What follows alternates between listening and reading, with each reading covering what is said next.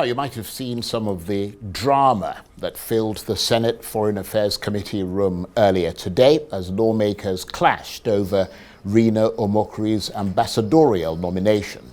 Tensions began to run high amid the screening of President Tinubu's list of diplomatic nominees. Senators Ali Ndume and Adams Oshimole locked horns, with Senator Ndume pushing for a swift approval and Senator Oshimole demanding scrutiny, citing raging issues that couldn't be ignored. The heated exchange highlighted deep-seated concerns as the Senate considers 65 nominees, including seasoned diplomats and prominent personalities, amidst debates on merit, federal character, and the competence of some of the picks. My name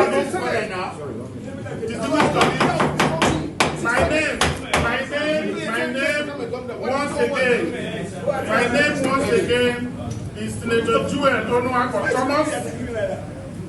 I am here representing people of Good Governance Stars Neutrality. Well, let it survive. All right, so how come you have other people have spoken? Let the chairman. I have the authority of the chairman. It's not My chairman, you cannot exercise power that you don't have. You don't Mr. exercise Chairman, power that I is want to wrong. thank you, Senate Leader and my colleagues. I cannot be intimidated by people who go here and there. After all, we see people on television questioning this. Please ask Mr. Chairman, sir. The procedure is that if there is a motion on ground, then it should be seconded. If it is not seconded, it's dead. It's dead. And if it is So allow me to no, proceed. there is a seconder here. Mr. Chairman, you have allowed me. Please protect me. It's a fairly fiery exchange there. Well, let's get the perspectives of our guest analysts on this and the other news and issues of the day. And for this, I'm joined now in the studio by the legislative consultant and public policy analyst, Dr. Chibuzo Okereke, and the public policy analyst and development expert, Kaka, and the development expert and business and economic analyst, Dr. Raimi, who is a member of the ruling APC party. Gentlemen, thank you very much indeed for joining us. So let me start with you, Dr. Chibuzo Okereke. You are the sort of the legislative expert here, and you keep a close eye on what goes on in the National Assembly. Give us a sense of what sparked this rather heated confrontation between Senators Ndume and Oshimole during that screening session. Well, I'll start by saying it was an unfortunate scenario. The committee is actually a miniature plenary. If you look at section 62(4) of the Constitution of the Federal Republic of Nigeria, 1999, as amended, it empowers the legislature to create committees that are relevant to their work. It also stated that the powers of the committee shall not be exercised in such a manner to erode the powers of the legislature at plenary. It simply means that the committees do not have finality. They simply meet, consider issues, and make recommendation to the Senate or House of Rep at plenary for consideration, approval, and adoption. Now, what happened is that both Senator Ali Ndume and Senator Oshimole both breached Order 52 of the standing orders of the Senate. And that Order 52 is on rules of debate, rules of engagement, how you engage with your colleague. But one other thing was very manifest is also, I believe, the inexperience of the chairman. He appeared not to be in charge of the committee, because if you look at it on the surface, Senator Oshimole simply refused to be bullied or intimidated. If there is a motion on table which has not been vacated by way of seconding it or ruling by the chairman, it is not the fault of any senator who is desirous to speak and have been observed by the chairman to make his contribution. And when you also observe that it appears Senator Ali Ndume preempted that Senator Oshimole wanted to store the confirmation, or rather the screening of Reno Okereke. And at the end of the day, you could observe that it was just an unfounded, accusation and presumption, because both of them were on the same page. That the man who said that Nigeria has lowered the bar in terms of even below what Colombia had done, and recruiting worse than an Escobar of Colombia to be the president of Nigeria. Although somebody has right to show remorse and ask for forgiveness, he also said that the president has forgiven him. It also shows that the president himself, I think, has a way of recruiting those who have said so much evil about him to now start saying good, from SN Kayamo to it's other people. It's a technique. Keep your enemies close. Yeah. So on the whole, those issues between Senator Alin Dume, who is a ranking senator, it was actually unfounded. Both of them are actually in breach of the standing order of the Senate, particularly relevant rules under Order 52. And if the chairman was really in charge of the proceedings. Another thing I observe is the fact that it appears these committees conducting screening, they are not aware of the provisions of the Constitution, the limitation of the powers of the committee as opposed to the powers of the Senate at plenary. They just declare people approved, bow and go, you are confirmed. Watch all over the news. They are saying that these ambassadors have been confirmed.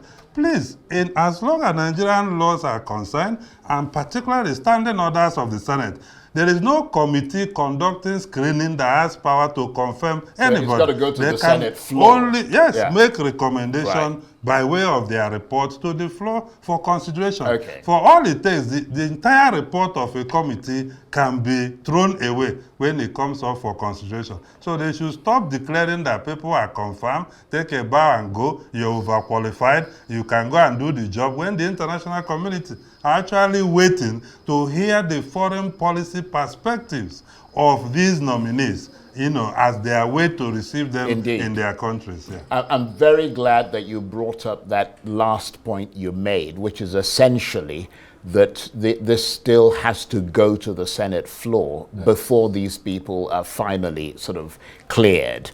That's a critical point because it's a process, as you said, and the process has to be completed. Let me come to you, Abba Kaka. Thank you for your patience. I'm sure you heard Senator Oshimole there justifying his objection to Omokere's nomination. He talked about raging issues swirling around Mr. Omokere. What was he referring to, do you reckon? Well, thank you very much for having me. Actually, there's a lot of controversies surrounding Mr. Omokere, from his stance in the past and the seeming U-turn that he made, and saying the president has forgiven him and things like that. But what needs to be done, not only for the foreign governments that we don't know where he's going to yet, but for the Nigerian domestic audience as well, that these nominees, especially those controversial nominees, senators should have more time to interrogate them and find out where they actually stand. Because if today you are this and tomorrow you are something else, there's issue of integrity, issue of trust, and issue of transparency. And that is why the committee itself is supposed to do this job in the first place. But saying that as it is, Senator Ndume has, the issue of bow and go is wrong, because there's a lot of controversies with some of these nominees, and we need to know exactly who they are, what they want to do, because they are going to represent the image of the Federal Republic of Nigeria. Indeed, but did what you saw today give you more or less confidence that these people are going to be thoroughly vetted, or that it's all going to be bow and go? It gave me less confidence, because What I need to see is they need to have more time on each nominee, because these foreign ambassadors are watching. They don't know who is coming to where, but they are watching everybody, just as Nigerians are watching. Remember, this process took more than 2.5 years, but thank God finally the government has listened to the yearnings of Nigerians for the ambassadors, because the crisis of the Trump administration and the issue of this genocide, if we had professional and respected diplomats at Washington, D.C., these issues would have been handled professionally and diplomatically, so that people, a couple of people will not go and smear the name of the country, even if they don't want the president. The president has a term limit. Let's wait for the term limit to finish. And there are so many interests and so many enemies of Nigeria at different places right now. So the committee gave me a little less, what do you call it? Confidence in doing their job. And as he said earlier, the chairman should have handled this thing professionally, and he didn't do that. Right. Okay. Let me come to you, Dr. Taoufik Raimi.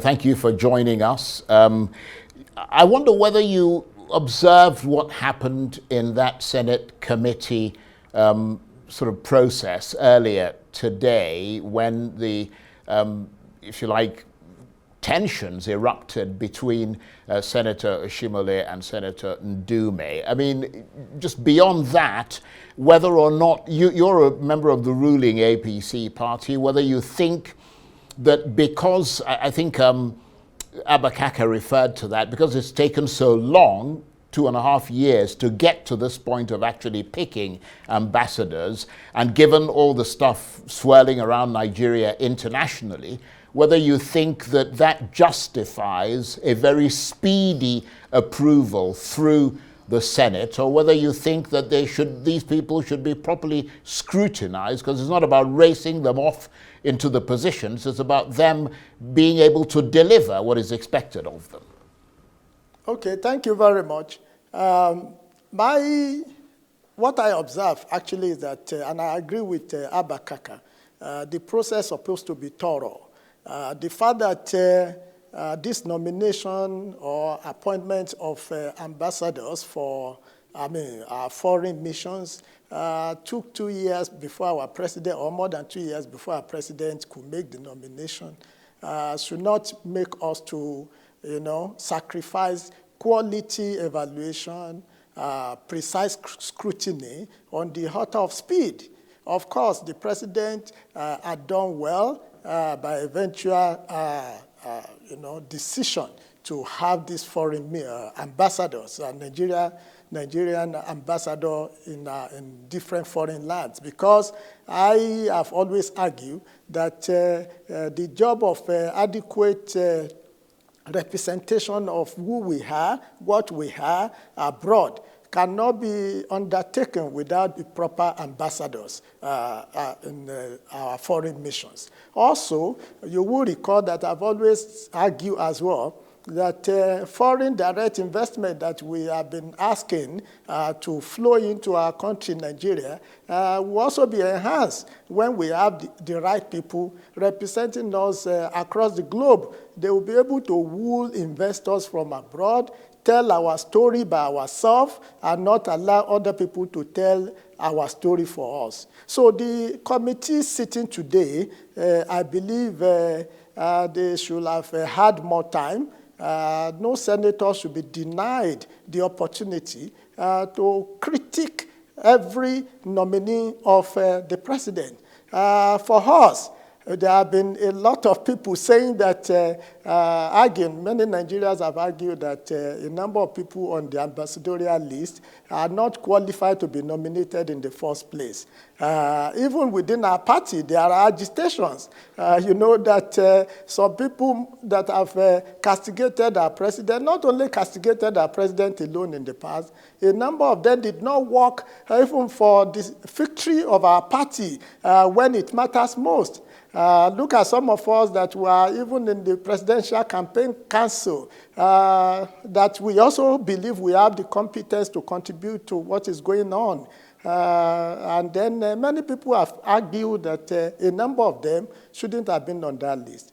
However, our president knows what he's doing. He knows that he needs inclusive government. I mentioned this when Dr. Bohala was also appointed last year, if you remember. When you asked me, it's like the president has forgotten some of us. I said, no, our president has a large heart. He believes that even though people have offended, if they have something to contribute, they should also be brought into inclusive you had to government. find a way to kind of bring in your job application there with the president. No, it's not only me. Like, for instance, for a whole senatorial district in Oyo State was what I cover, 11 local government for our president and for all other candidates. And we won. But I know that justice delay is not justice denied. I'm not just talking for myself. Okay, well, let's stick to the subject matter for the moment, but thank you for your submissions. Let me come to you, Dr. Chibuzo Okereke, because some very interesting points have been raised there, which is whether this heated exchange that we saw today in that sort of committee room, whether that is likely to affect the Senate's approval of President Tinubu's ambassadorial picks, including Okereke. Somebody's called in earlier and said that from what he's seeing, that what it looks like is that anything the president puts to the Senate or to the National Assembly is likely to be approved. So in spite of all the concerns that have been raised, the probability, according to this person, is that it's going to go through. Is that the way that you assess that? Well, I think that a kind of psychological conditioning is also what has influenced the committees to now assume powers they don't have under the standing orders or the Constitution. We are not like the United States, where the committee system have finality of decision. Our Constitution is different. The standing orders here are different. The committee do not have such powers. However, I also stated earlier that whenever a motion is tabled, the presiding officer, in this case, the chairman of that committee, is the one responsible for calling someone to second the motion or otherwise. Senator Ali Ndume trying to intimidate or harass Senator Oshim or preempting what he wanted to say, whether to obstruct or store Reno's supposedly confirmation, which the committee doesn't even have power to do. Wasn't necessary at all. And I'm happy that Senator Oshimole stood his ground, saying that, he had to make his point and then he put it out there. So, but the chairman ought to, manage the committee better. Also, I don't think whatever happened there is going to affect anything. One of the senators said that they don't want to embarrass any president nominee.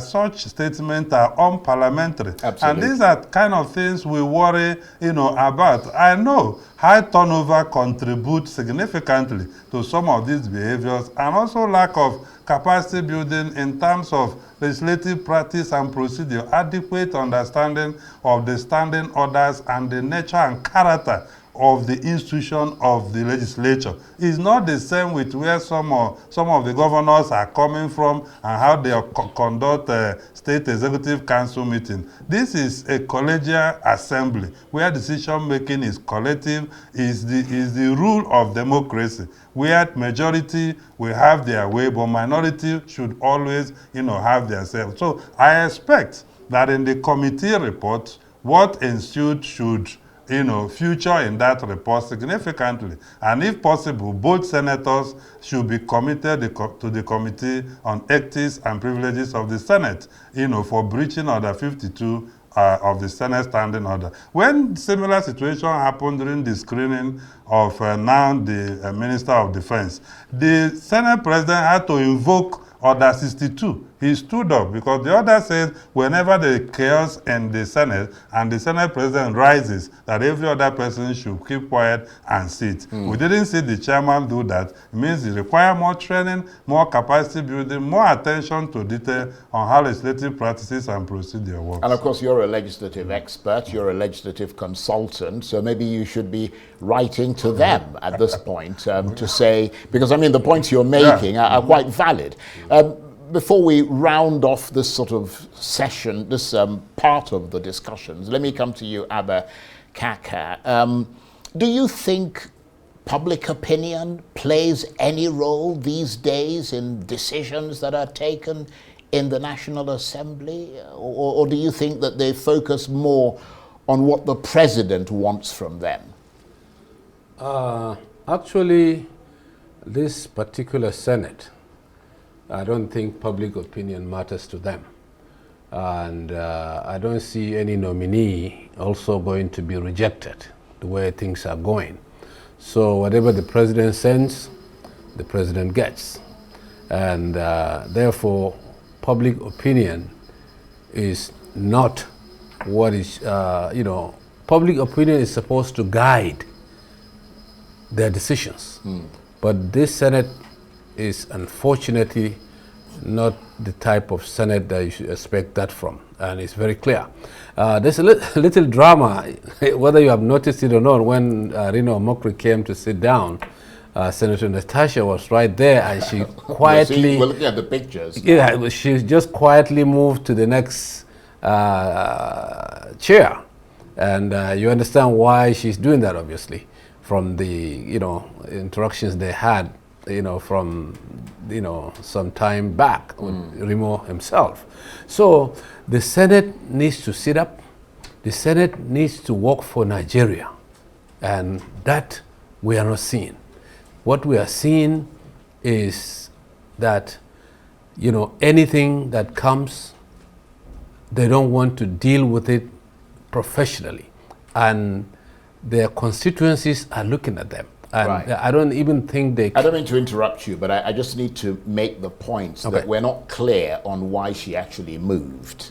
You see what I mean? Well, I know she was sitting next to him. Visitors, those are days. And then she moved to the next bit. Right. So it's not necessarily that she couldn't stand his guts, and she didn't want to sit next to him. We need to ask her to find out why she moved. Right. But I just want to make that point, so it doesn't look like we're suggesting that she was moving because she found Okereke thoroughly odious. Yeah. No, Dino is not even supposed to sit anywhere near any senator in the sitting arrangement. But the whole point is that this is a national issue where national debates are supposed to take place on each nominee. And this nominee is going to be the representative of the president in the country they are sending him to. So you don't want to be sending people that are very controversial or have baggage, or some have even criminal cases. Some have EFCC cases. I'm even surprised that some of them made it on the list. And so it is the duty of the Senate, not only the Senate committee, but the whole Senate to interrogate them, especially those who have cases, criminal cases or EFCC cases. These are because these foreign missions are going to do that. Whether you do it or not, they are going to do that. And that agreement is going to play a big role this time around on the controversial issues of the nominees. Indeed, and very important points that you raise there. We'll have to watch and see, assuming they finally get through the Senate, what the potential consequences for Nigeria's diplomacy and foreign relations is likely to be if they all sort of get through. You're watching Arise Prime Time. Plenty more still ahead as we continue our assessment of the big developments of the day. Stay with us.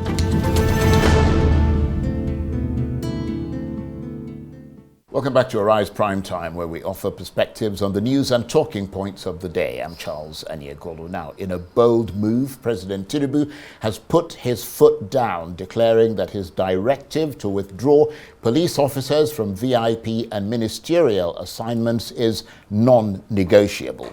Speaking at the Federal Executive Council meeting, he left no room for doubt, warning that compliance is immediate and any concerns should be directed to the Inspector General of Police with his explicit clearance.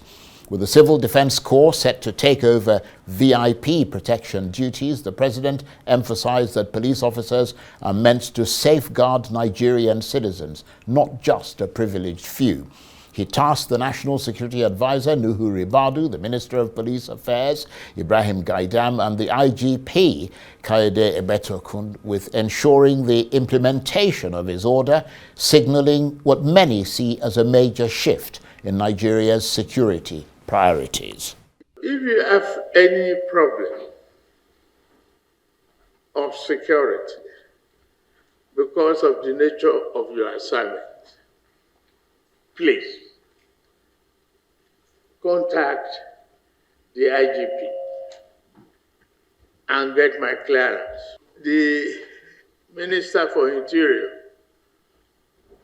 should liaise with IGP and the civil defense structure to replace those police officers who are on special security duties, so that you don't leave people exposed. NSA and DSS to provide further information and form themselves into a committee and review the structure. It should be effected.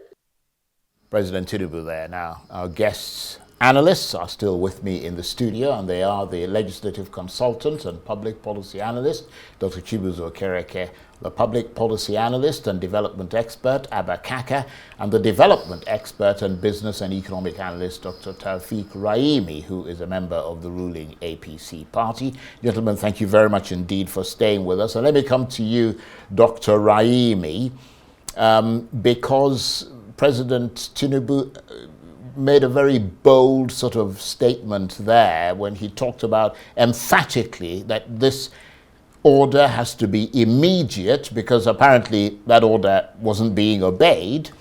What message do you think he's trying to send to Nigerians with that decision and that declarative statements that he made? Okay, thank you. That's a very great question you have asked. For me, the president is a very bold leader. And as we have seen, even since he came into power, he has taken some very bold, very necessary decisions and policies that he truly believed that would change the status quo, as it were. I want to believe there is an embarrassment to any president to give an order or a directive, and such directive will not be obeyed. So I would expect that now that he has landed on this particular issue of withdrawing unnecessary posting of our police to people, the security men, we need them to fight insecurity that is ravaging our country over the years, now more than ever. So the president has maintained and reiterated the need to have that order implemented. What I would expect is that if anyone seems uncomfortable, those government functionaries that he has mentioned, from the IG to Minister of Interior to NSA, if anyone Minister of Police Affairs, if any one of them feel that this is too difficult to implement, there are two things I will expect. Resign. If you cannot obey, he who pays the piper dictate the tune. This is a leader that believes that this thing will have positive impact in addressing the insecurity, lack of adequate manpower that even the institutions themselves have been complaining about. So if they cannot do it, two things should happen. They should resign. Two, If they feel that it's too difficult and the president feels that they are not implementing it, I want the president to also wield the biggest stick, ask them to resign. I think we should get serious in this country, and our president is trying to bring that seriousness to his own government, Not that we want anybody exposed. He has given a leeway that if anyone feels that it's so critical that they should have it, they should direct their request to the IG and the people he mentioned, and they should come back to him. So I want to see a timeline, maybe in the next 1 month, that this thing has taken firm control. If the president now review it, president should, through the woman who coordinates all these policies, Adisa Usman, if they should monitor it closely and then review the implementation. If it doesn't happen in the next 1 month, it should with the biggest stick. We should get serious. Okay. That's my point. Well, that's a good point, and hopefully that policy of removing police from VIPs will become permanent. But let me come to you, Dr. Chibuzo Okereke, because the important thing really is beyond the fact that this may make the president potentially more popular in the public sort of space. The key thing is how this policy shift will affect the security landscape in Nigeria, particularly those high-risk areas. What's your assessment? Yeah, thank you. That's an important question, Charles. But let me say that there is no policy shift yet. There is only policy announcement and the president doubling down that this is what he wants done. This policy, particularly if you look at the trajectory and the history of how the Nigerian police operate and function, does not have even political feasibility, because from what he said at the fake meeting, that would suggest that politicians, and what happened in the floor of the Senate, politicians are not in agreement to withdraw police from them. Operational feasibility too is not possible in this policy. And the examples are there. Police has over how many squadrons? Each of these squadrons has about 15 units. At least most of the units have 63 police officers. They have about 30-something SPU bases, with at least each base having 1,000 police officers. That is 31,000. They have the IRT team. They have the CTU team. They now have the Judges Protection Unit, which they just created. So, and the police is a central force. The president can make this effort. The IGP can send some people in the highway and airport. How are you going to go to the oil companies in the Niger Delta to withdraw people? Are you going to be? And there is also implication. No, but he did say that there would be obviously extenuating circumstances. Yeah. In which case you'd have to, go through the Inspector General of Police and get the president's expression. That is even a difficult process to follow. The point is that in this country, we know, because of insecurity and the way we perceive our security agencies, the military took over the job of the police. The police retired into private security, services. And we have to tell ourselves the truth. The police is underfunded. This SPU private protection thing is a major source of revenue for the police, which we cannot pretend about. And I'm sure even at the presidency level and everywhere, they know about these facts. I think the one that really freaks me out, sorry to interrupt you, is the most bizarre thing that I've heard from people sometimes when you call the police and they say, well, we haven't got any fuel in the car. Yeah. I mean, it's the most extraordinary thing I've ever heard. I'm happy that the president says he wants to fix the police training facilities.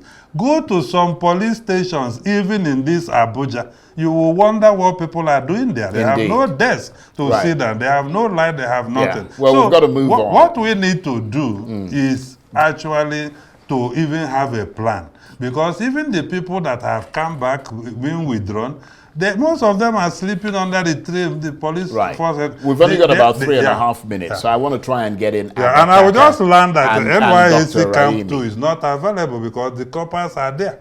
Right. I'm not willing to vacate anytime soon. Good points. Abba Kaka, are there legitimate concerns, though, about the potential for increased insecurity or attacks on VIPs if they don't have police protection? Because let's face it, I mean, kidnappers and things tend to target those people.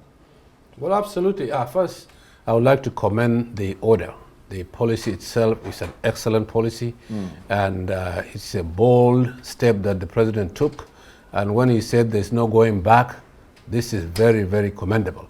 Second, obviously there are some concerns, but he has already addressed the concerns. He said the Minister of Interior should liaise with the IGP and for the civil defense to take over.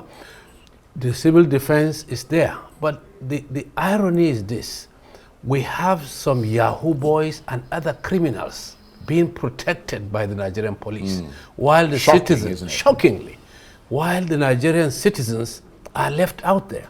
So the president needs to actually extend that bold move to fighting insecurity, Indeed, as well as fighting corruption, to help the EFCC and other agencies out. So this is what we need. This kind of order and this kind of policies is what we need all the time. Thank you very much for that. And a final word from you, Dr. Raimi, before we have to scarper, I'm afraid. My final word is that there are a lot of problems that the administration of President Tinubu is addressing. I want all of us to support him. I want the government institution also to demonstrate more responsibility. I want the Senate to ensuring that they give us the best in terms of eventual approval of the ambassadorial list. I want insecurity to be lowered in this country so that we can have development, peace, growth, and tranquility for the best of all of us. That is my final word here. And for the... yeah, you forgot your job application. Oh, my job application, don't worry. I just mentioned that by the side.